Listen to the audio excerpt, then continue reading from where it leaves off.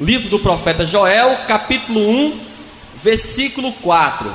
Essa é a promessa de Deus, que Ele nos restituiria aquilo que foi tirado, aquilo que foi destruído.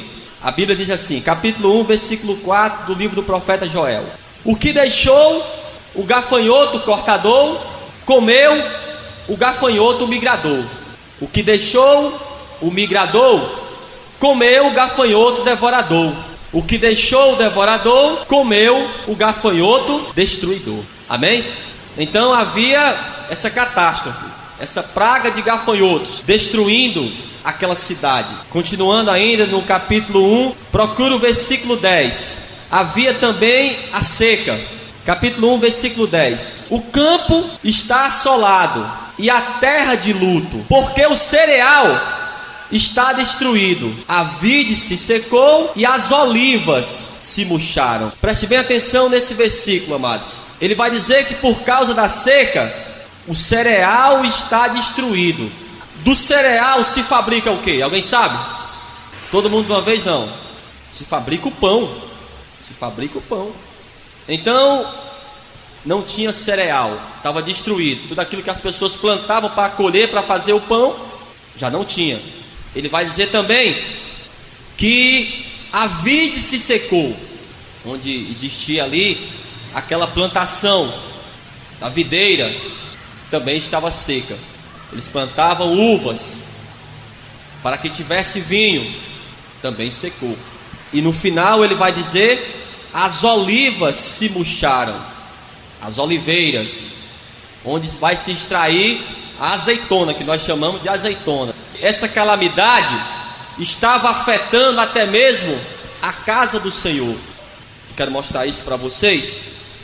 Versículo 11: envergonhai-vos, lavradores, uivai, vinhateiros, sobre o trigo e sobre a cevada, porque pereceu a messe do campo, a vide se secou, a figueira se murchou, a romeira também, e a palmeira e a macieira, todas as árvores do campo se secaram, e já não há mais alegria entre os filhos dos homens. Olhem todos para cá.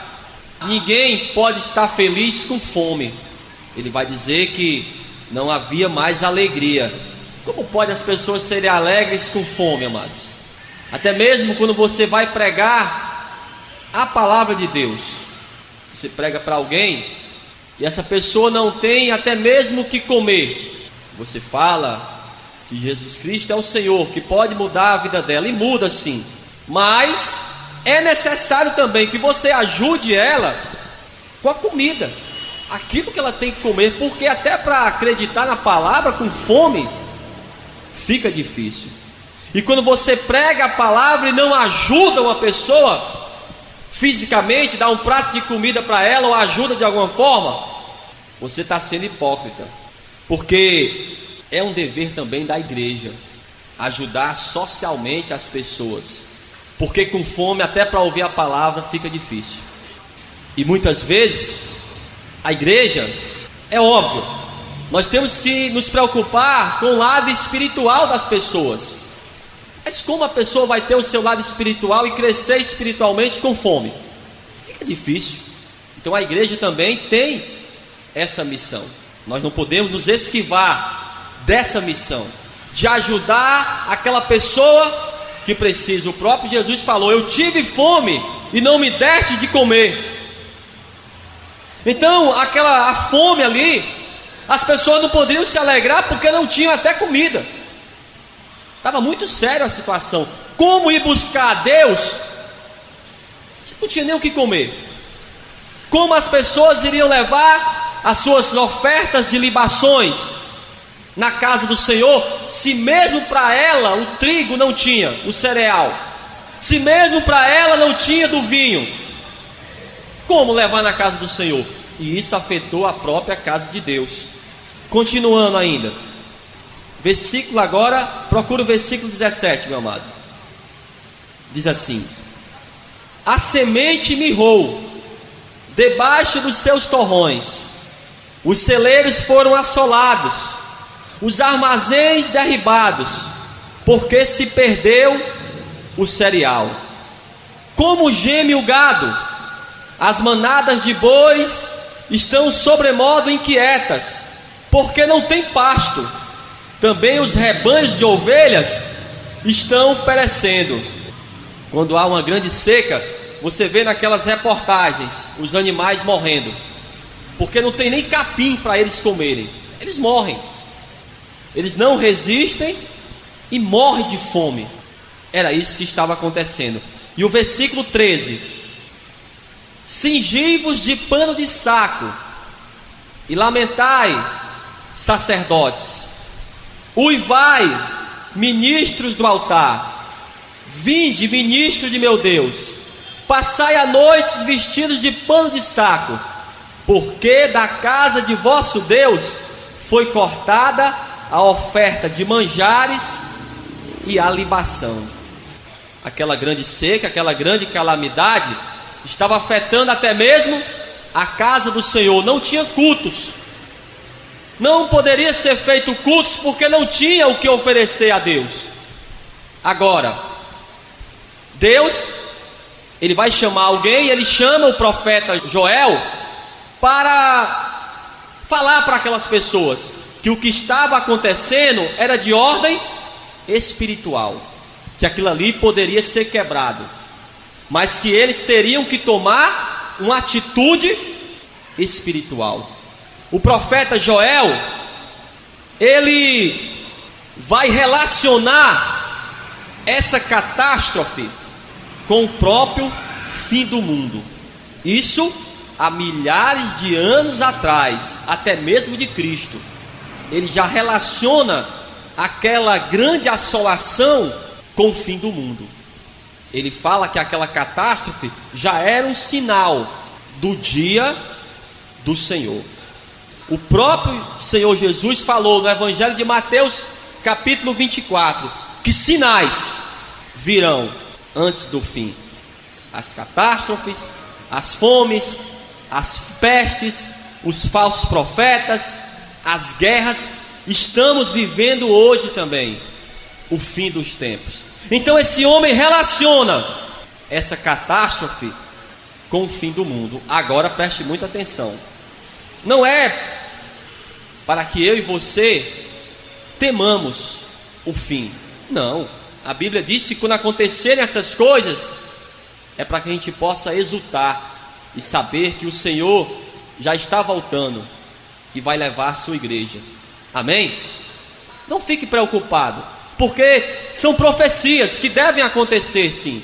Porque o mesmo Joel que pregou tudo isso, nós vamos ler um pouco mais, ele mesmo que pregou tudo isso, ele diz que também aquela mensagem era também uma mensagem de esperança, de que Deus iria restituir. Agora era necessário o quê?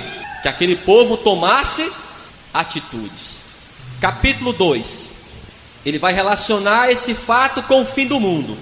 Isso aqui muito antes de Jesus Cristo. Ele já pregava sobre o fim do mundo.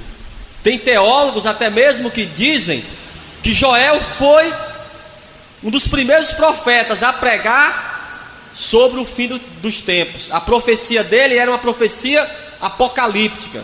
Capítulo 2, versículo 1: tocai a trombeta em Sião, e dai voz de rebate no meu santo monte. Perturbem-se todos os moradores da terra, porque o dia do Senhor vem, já está próximo. Dia de escuridade e densas trevas, dia de nuvens e negridão, como a alva por sobre os montes. Assim se difunde um povo grande e poderoso, qual desde o tempo antigo nunca houve, nem depois dele haverá pelos anos adiante, de geração em geração. À frente dele vai fogo devorador, atrás chama que abrasa.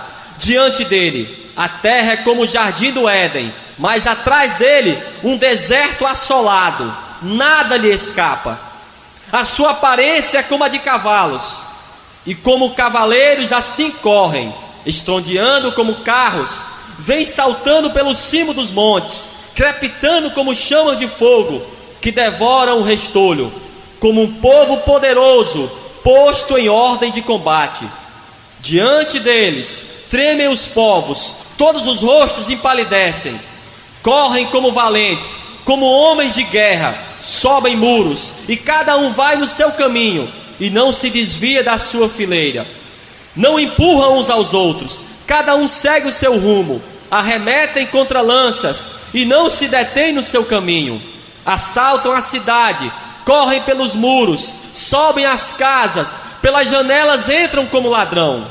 Diante deles treme a terra, e os céus se abalam, o sol e a lua se escurecem, e as estrelas retiram o seu resplendor. O Senhor levanta a voz diante do seu exército, porque muitíssimo grande é o seu arraial, porque é poderoso quem executa as suas ordens. Sim, grande é o dia do Senhor, e muito terrível, quem o poderá suportar? Então ele está falando sobre o dia do Senhor, sobre a volta do Senhor Jesus, onde os rostos vão, como diz a palavra, vão ficar mais brancos, empalidecer. O próprio Jesus falou que do extremo ao outro todos verão ao Senhor. E ele fala aqui sobre eles assaltam as cidades, correm como os loucos. Isso aqui ele está falando sobre a tribulação, amados. No momento da tribulação, o Senhor vai arrebatar a sua igreja. Você não vai estar na tribulação. Amém? Você que já entregou a tua vida para o Senhor Jesus, que obedece à palavra de Deus, que é um servo, que é uma serva de Deus, não vai participar da tribulação, porque Deus vai arrebatar a sua igreja. Amém? Então ele vai relacionar essa catástrofe com o fim do mundo. Ele traz uma palavra para o povo de que eles deveriam buscar o Senhor e pedir a ajuda de Deus. É o que nós estamos fazendo nessa tarde. Eu não sei qual é a tua situação, eu não sei como você chegou hoje nessa tarde, eu não sei em que área da tua vida está estéril, onde você não dá frutos, onde está seco, onde nada dá certo. Eu não sei que área da tua vida.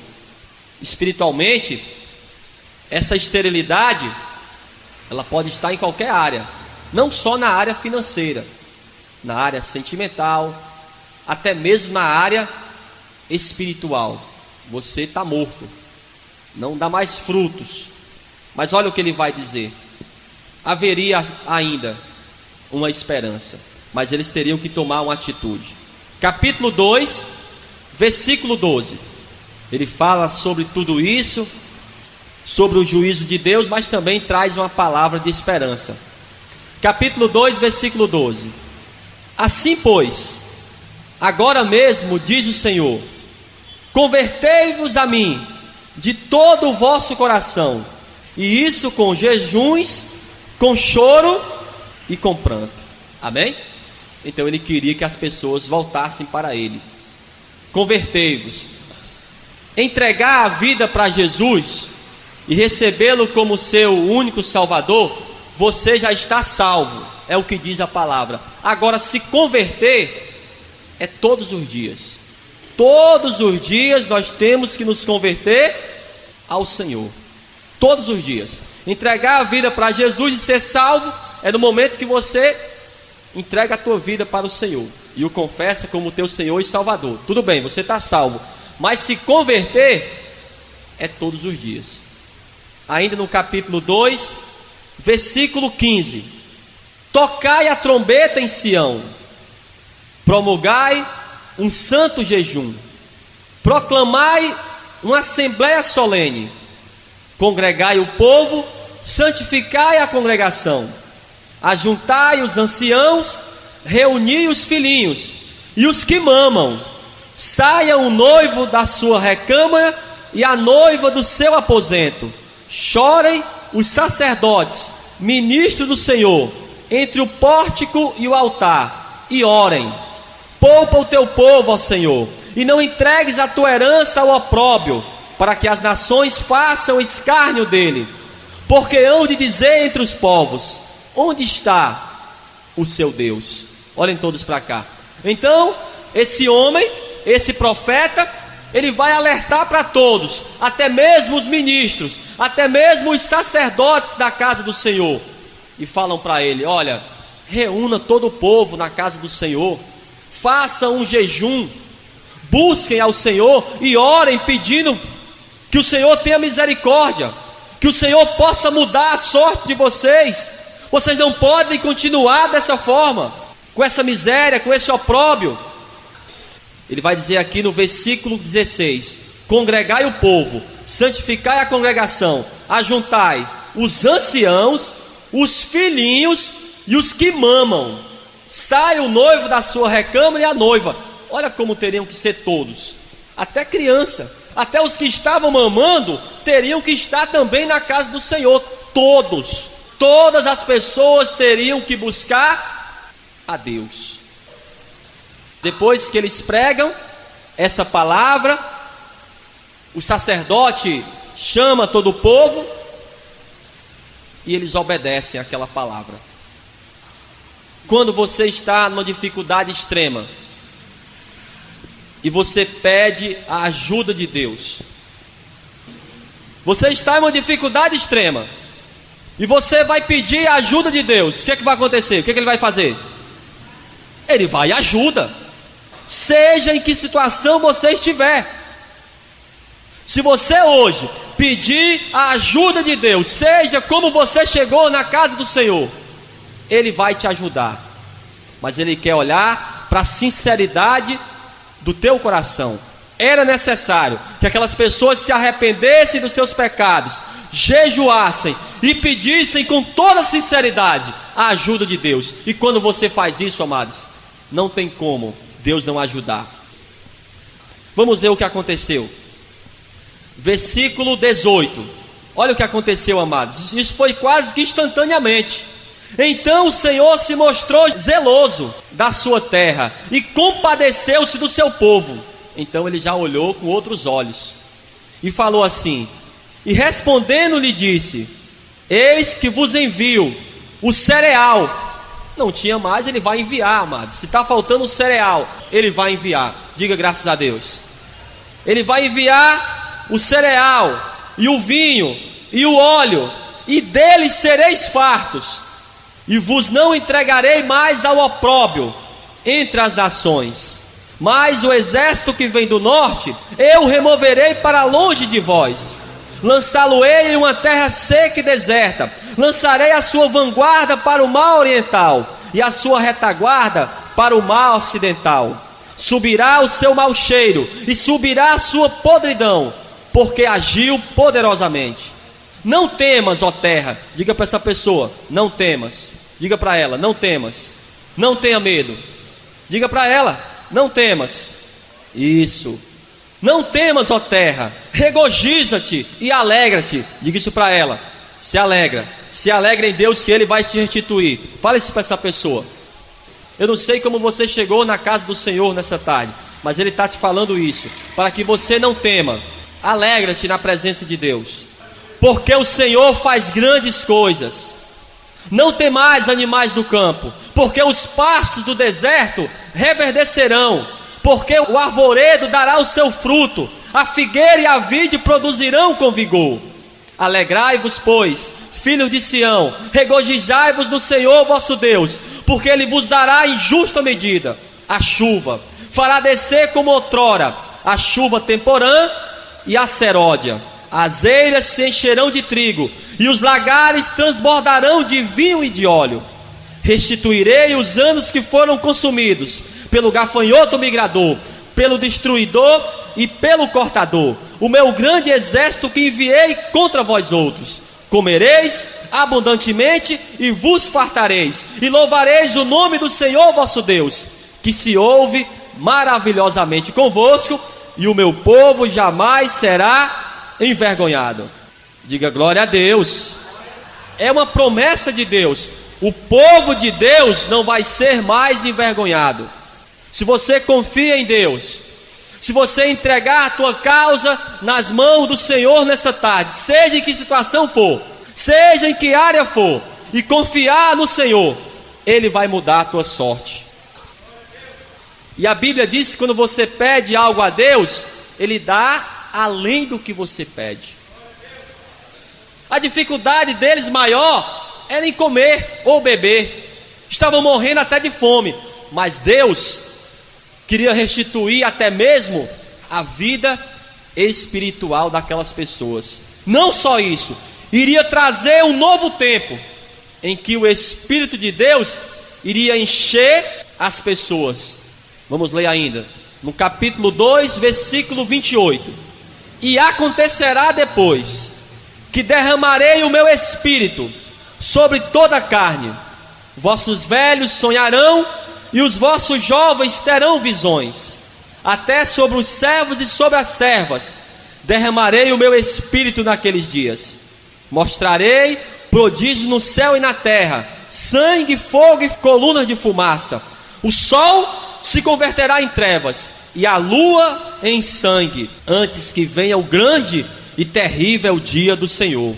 E acontecerá que todo aquele que invocar o nome do Senhor será salvo, porque no monte Sião e em Jerusalém estarão os que forem salvos, como o Senhor prometeu, e entre os sobreviventes aquele que o Senhor chamar. Diga graças a Deus.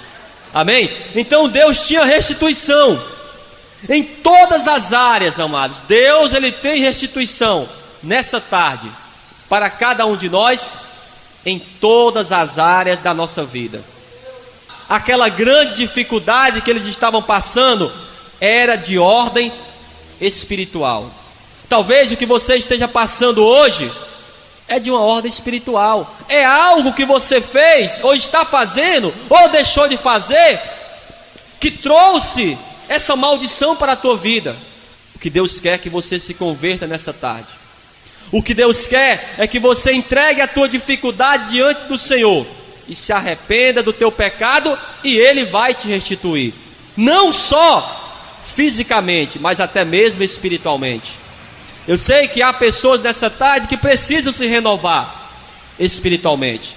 Pastor, tinha madrugadas que eu orava e virava até o outro dia. Hoje não tenho mais forças para orar nem 10, 20 minutos. Eu jejuava, pastor. Eu pregava a palavra.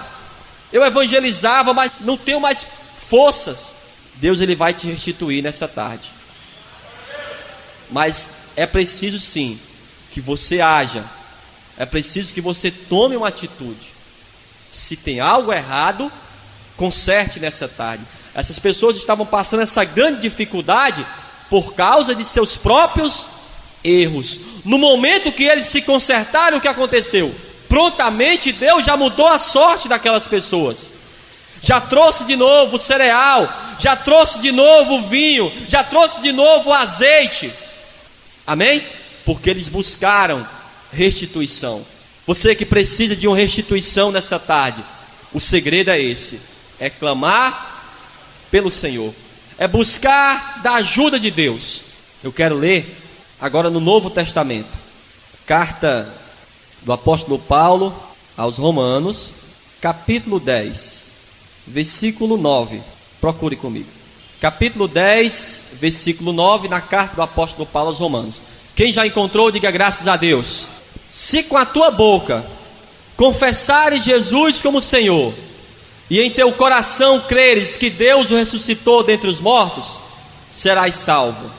Porque com o coração se crê para a justiça, e com a boca se confessa a respeito da salvação. Porquanto a Escritura diz: todo aquele que nele crê não será confundido. Pois não há distinção entre judeu e grego, uma vez que o mesmo é o Senhor de todos, rico para com todos os que o invocam. Porque todo aquele que invocar o nome do Senhor será salvo. Seja em que situação estiver, até mesmo o macumbeiro, até mesmo o homossexual, até mesmo o pedófilo, não sei, qualquer um, amados, que hoje buscar a ajuda de Deus e se converter dentro do seu coração e crer que Jesus ressuscitou dentre os mortos, qualquer um, seja em que situação for, se hoje entregar a vida para o Senhor Jesus, essa pessoa vai ser salva e Deus vai restituir a alegria ao coração.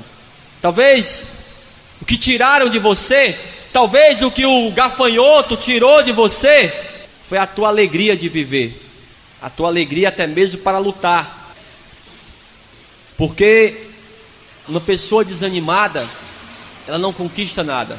Uma pessoa triste, uma pessoa de cabeça baixa, ela não luta pelos seus sonhos, ela não luta pelos seus propósitos. Talvez foi isso que o gafanhoto roubou de você, a tua alegria. Há quanto tempo você não busca no Senhor como você buscava antes? Deus quer te restituir isso, o primeiro amor. Amém? Agora eu vou finalizar mesmo lendo o livro do profeta Jeremias. Nós vamos ler alguns versículos do livro do profeta Jeremias e logo após nós vamos orar, tá bom? Para que você receba dessa restituição nessa tarde. Livro do profeta Jeremias, capítulo 29, versículo 11. Livro do profeta Jeremias, capítulo 29, versículo 11. Quem já encontrou, diga graças a Deus. Eu é que sei que pensamentos tenho a vosso respeito, diz o Senhor, pensamentos de paz e não de mal, para vos dar o fim que desejais. Então me invocareis, passareis a orar a mim, e eu vos ouvirei. Buscar-me-eis e me achareis, quando me buscardes de todo o vosso coração. Serei achados de vós, diz o Senhor, e farei mudar a vossa sorte. Congregar-vos-ei de todas as nações e de todos os lugares para onde vos lancei, diz o Senhor, e tornarei a trazer-vos ao lugar de onde vos mandei para o exílio. Amém? Então, amados, Deus tem bons pensamentos ao teu respeito, pensamentos de paz. Ele quer mudar a tua sorte. Ele tem pensamentos de crescimento para você, pensamentos de conquista. Agora, é necessário sim uma ação tua. É necessário sim que você hoje tome uma atitude de buscar ao Senhor, e Ele vai te restituir em todas as áreas, no nome de Jesus. Amém? Vamos todos ficar de pé e vamos aplaudir bem forte a palavra de Deus. Aplauda bem forte, mas aplauda bem forte a palavra de Deus nessa tarde. Graças a Deus. Amém?